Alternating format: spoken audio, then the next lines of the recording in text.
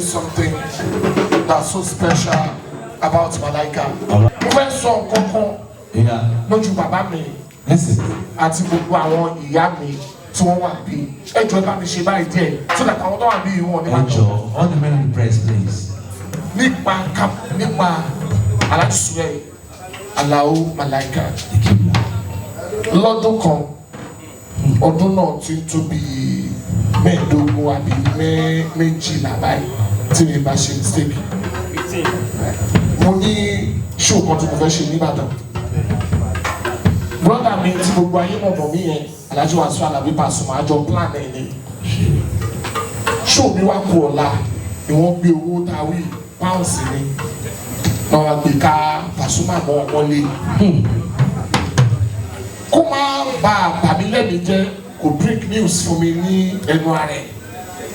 Ó rán àwọn cabinet bí kan sọ fún mi pé ẹ tètè sọ fún man so that a lè mọ bí ó wà kankan méṣe. Dáńtọ́ máa sọ fún mi sí aago 8 alẹ́ program mi kú ọ̀la. The executive governor of Oyo State, Alao Akala, ni mo pè as the special guest of honour and his deputy àtàwọn jàǹkànjàǹkàn bíi wọn kí n má fa ọ̀rọ̀ mi kù. Mo ti rí pé special guest artist ni tó jẹ́ Paso disappointment ti wáyé báyìí. Wọ́n á sáré pé bàbá ẹ wo ọdún tí mo sọ o. Torí ẹ̀yin TikTok star torí yín ò pé sí. Tẹ star lórí Facebook. Tẹ ronú ibi tá a ti ń bá bọ̀. Bí mo ṣe paláwo, broda mi, ó ti ṣẹlẹ̀ oní kí ló ṣe lóde kó máa kó gidigidi dé ní ẹja ní sọ ní bá fẹ́ sọ aláwìyé. Ṣé mo pé mo ní ṣọlọ làwọn ní of course èmi náà ní lọ́la náà ṣùgbọ́n pẹ́kọ̀ọ́ tó fẹ́ ṣe ní Ìbàdàn èmi náà fẹ́ ṣe léwùdé mẹ́ta lọ́la. Àjọ mọ́ nítorí ní Ramadan làwà. Wọ́n ní kí la máa ṣe sá, ó ní má wọrí mo ti mọ bó ṣe ń lọ wàá rí mi pẹ̀lú àṣẹ Ọlọ́run. Mo bá yín mú mo lọ wá plan B mo wá sí mo wá D mo ti wá gbogbo ẹ̀ kalẹ̀. Ìbàdàn bọ̀ tó dé ọ̀nà ọbẹ̀ yẹn Long Bridge wọ́n ní tírélà kan da epo nù. Àlàó tọ̀ padà ó lọ gba ọ̀nà Abẹ́òkúta wọ Ìbàdàn torí tèmi. Ọlọ́run wá bá mi kẹ́ lọ́jọ́ náà Ọlọ́run bá mi pọ́nlé Ọlọ́run ṣàánú ẹ̀ fún mi jọ́ náà. Ọjọ́ yẹn ni Akálà ni torí mo sọ pé ẹni yìí impromptu alẹ́ àná ni mo pe o. Ni gọ́fúnà bá ní àáfùn ọ ní baba Latin ní MC ọ ní àáfùn Àlàó ní Mákà wọ́n bá tún ṣètò owó wọ́n tún ṣètò owó wọ́n tún ṣètò owó ìyẹn túmọ̀ sí pé fàmáyà abẹ́lẹ́mẹ̀tì kọ́ làdára àti ní káyọ̀rá ń yà ara wò tó bá ti ṣe dáadáa sọmọ làkejì wọ́n ti kú wèé tó bá ti gbà á padà. Ladies and gentlemen. látàná ò bàjẹ́ lẹ́nìí màlánà ń gbọ́ Ajé. tó bá di lọ́la àwa wọn ní láṣẹ Ọlọ́run wa àlá. Mo kí gbogbo ẹ̀yin pàtàkì tí ẹ wá pọ́n Ọlọ́run lé lára mi. Mo kí gbogbo ẹ̀yin èkàn tẹ dìde láti wá pọ́n Ọlọ́run ọba Allah lé lára mi. Mo mọ rírì eléyìí tẹ ṣe yìí. Síwájú kí n tó kí anybody níbí lẹ́nìí, I want to say a very big thanks to ẹrú Ọlọ́run ọba kan èyí tí ó jí mi níbi oorun tí mo ń sùn pé Lájì oorun yìí ṣe wá pọ̀ tó báyìí ẹ dìde. Àwọn èèyàn dúró ta wọ́n fẹ́ rí ẹ̀dẹ̀ ṣe ń sùn bí àwọn èèyàn dẹ̀ tó kalẹ̀ síta. Ẹrú Ọlọ́run náà mo fẹ́ kí ẹ púpọ̀ Ọlọ́run kó bá mi kí ẹ. Àmín. Òun ni Alhaji Abdulwasiu tí gbogbo ayé pè ní olùgbàyè Real Entertainment. Allahu Akbar. Reason tí mo ṣe ń kí olùgbàyè ni wípé Ọlọ́run ṣàánú mi púpọ̀, gbogbo tí fẹ́ jẹ orí tébù mi mo ti máa ń bá, gbogbo nǹkan tí mo fẹ́ mu orí tébù mi mo ti máa ń bá. Mi kì í dààmú torí àwọn tọ́lọ̀ ń kó fún mi tó ń ràn mí ṣe àwọn òfófó orin tí mò ń kọ. Tá a bá sọ pé torí orin náà ṣe help mi, Ọlọ́run kọ̀ ọ̀rọ̀ àwọn yẹn sí mi ni. Ó tó lùgbà yẹn wá ní ìyẹn dúró odindi orin ni, orin kan wà tó bímọ ẹ̀kọ́ bí àárín ni, ntáyé gbádùn ẹ̀ sí jù nìyẹn. Aṣíwájú ni ẹ̀ ń bẹ̀ number 1 yẹn when it comes to that aspect. Alájí ẹ ti gọra yín, àwọn olólùfẹ́ yín wọ́n ń ṣọ̀fun tòlótòló ẹja ṣe tuntun. Ìyẹn lólùgbà yìí Real Entertainment tó jí wa kúrò níbi òun pé ká ṣe mí.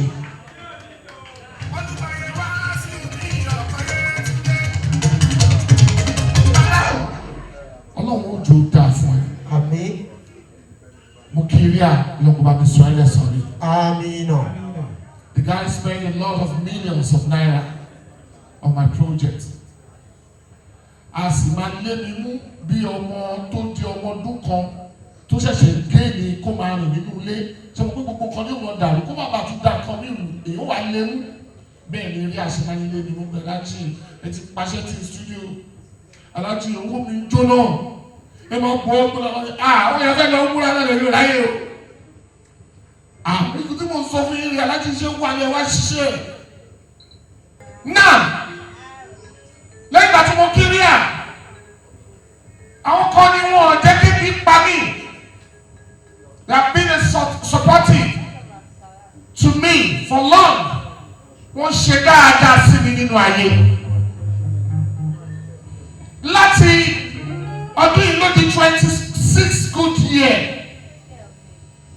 Tí bàbá mi Kamiwaya ti adopt me as his son.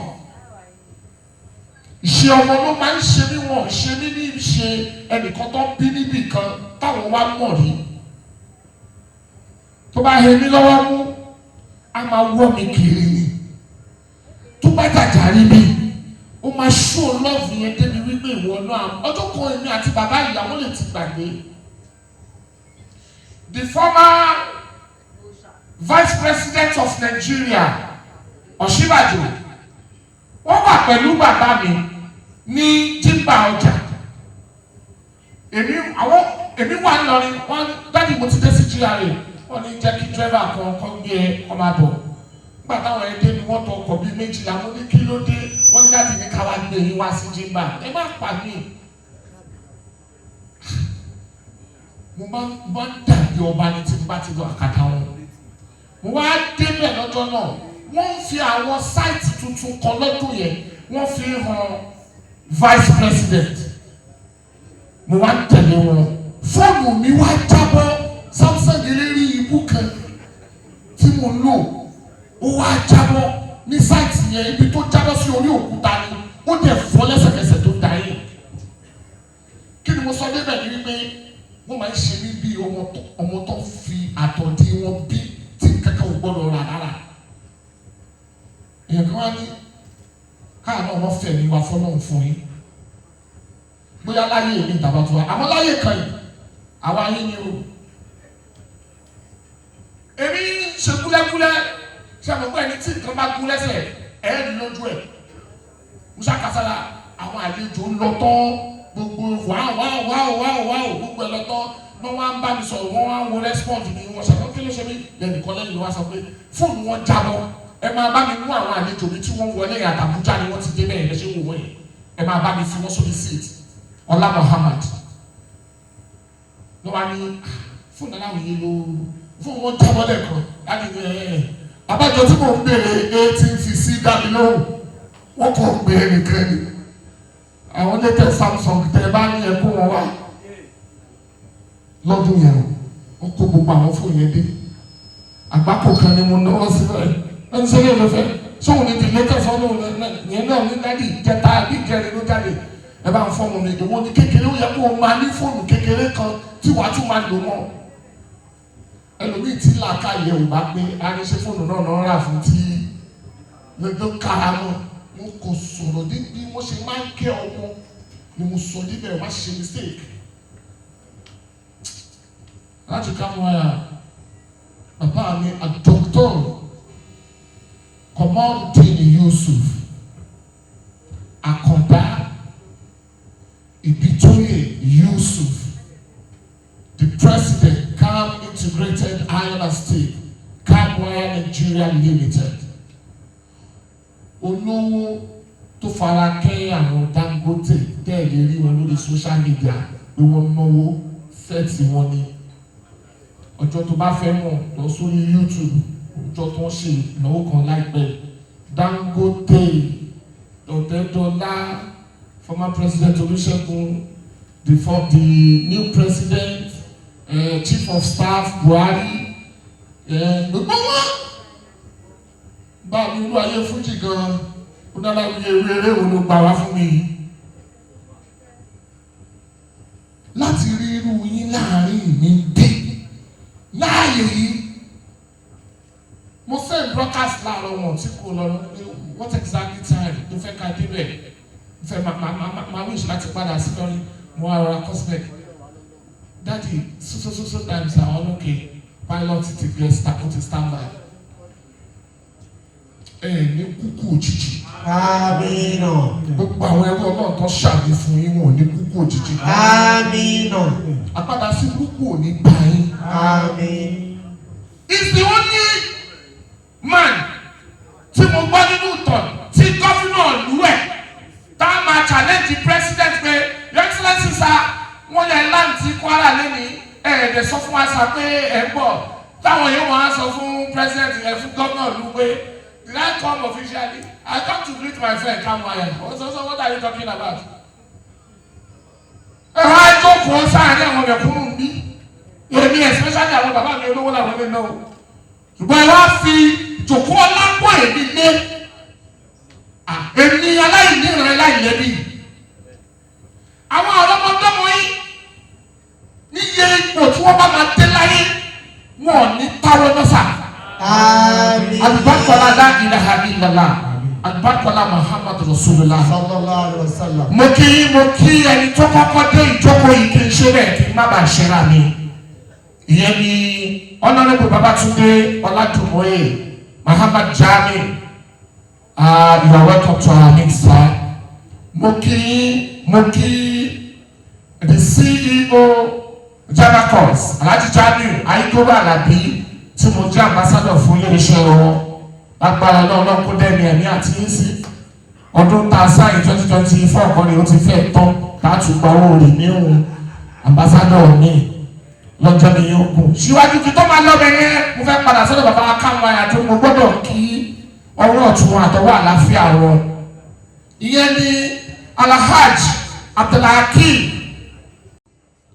Salahuddin Kamwaya làwọn náà àwọn wọn ní iléeṣẹ́ ńlá àti tiwọn tí ó sì sóore torí èèmọ tó ń lówó táwọn àbúrò rẹ̀ àwọn ẹbí ẹ tí wọn sóríire látara yọ̀nyọ̀wò alájọwà Akeem Tascom aláṣẹ Tascom Investment Tascom Nigeria Limited mo kì í sà ẹ̀ka àwòsàn àyè yìí sà mo kí bàbá owó gangan tí máa ń tẹ̀lé bá fowó owó ńláńláńláńlá gẹ́gẹ́ bí mo ṣe sọ fún àti torí lẹ́ẹ̀kan wọ́n ṣẹ̀ṣẹ̀ láàárọ̀ yìí torí ọlọ́run torí àdàbí torí program yìí Alhaji wa Abdulkabir Adeniyi Ọlásùpọ̀ ẹ̀ka àbọ̀sà sáàyè wa mi ní wá yín tì. Oríire ńlá ló jẹ́ fún èmi Ahmed aláwìyé alálùbáríkà Amir Shuara the head of all Islamic musicians all over Nigeria and abroad. Láti máa ṣe nǹkan pẹ̀lú ọjọ́ orí tèmi kí ìyá mi Afọláṣadé wá wà lórí ìjókòó.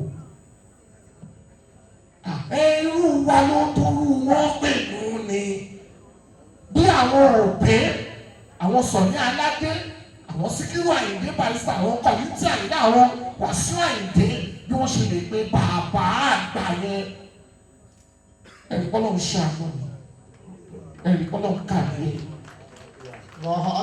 Màá ní ọmọkùnrin lórí lọ́wọ́ mi Ọlọ́run Sheikh ọ̀tẹ̀ àwọn inspiration mi ọmọ bàbá mi olólùfẹ́ mi ọ̀tá ẹni bí ọkàn mi ọmọ yìí ayé rẹ̀ ó dà fún nọ́ọ̀sì tó mú wáyé tọ̀tọ̀tọ̀tọ̀tọ̀. mo bọ̀ láti torí pé èmi àti Doyin àti Pẹ́sìtì la máa pe ọ̀tẹ̀ dìde because ó ti ń fẹ́ súnmọ́ tọ̀ náà ṣùgbọ́n mo ò lè pè yín màmí kẹ̀dẹ̀ dìde náà yẹn wá jẹ́ mi kó tẹ̀ tó ti pé màá kọ́ ni gbogbo kí má lè fi ń tẹ́ máa ń tẹ̀rọ ẹ̀ lára mi fi kì í káàbọ̀ ọmọ onífọ́tò yìí kó kọ́ mo fẹ́ wò ó mo láti mú lẹ́yìn tí máa ń fún yín yẹn jẹ́ kí n ṣe mo tún ṣe kí ní ẹ̀fún yín lórí fóònù lálẹ́ àná náà bọ̀dọ̀ ọ̀tẹ́ àbí mi ṣe lálẹ́ àná mo tún tẹ̀sí máa ń lára pé màmá ní àwọn àdúgbò ọmọ yọlọ́wọ́dé parí orin yẹn ni ìyẹn bá ń jayé báyẹ̀ ò bá ṣe tó jayé mọ́ àyè bá ń rojú báyẹ̀ ò bá ṣe tó rojú ìgbà ìdákú máma jẹ́ òkúṣì ìyá òní tẹ̀sí yẹn láyé báyẹ̀ bá ń jayé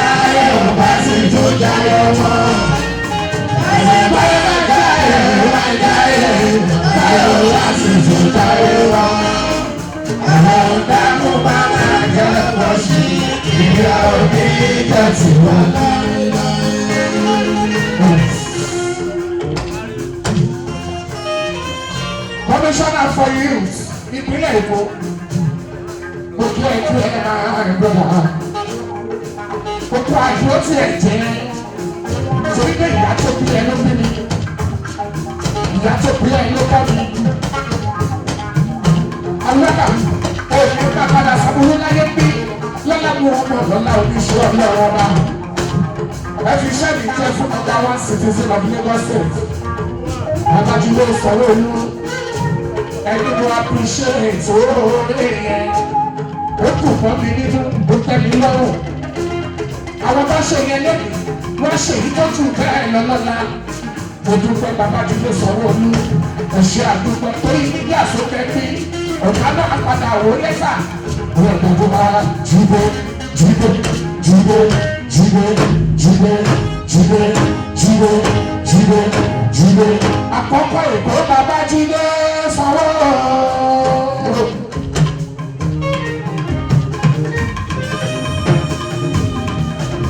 ẹjọ́ ọ̀la ẹni mo mọ̀ lóore mo dúpẹ́dúpẹ́ mo kà mí láyà mo ní ó tọ́ mí lójú ẹ bá dúpẹ́ owó fún wọn ẹni wọ́n ti ṣòro ìbọn sí láti wọ́n lànà bí mo ọmọdé àárẹ̀.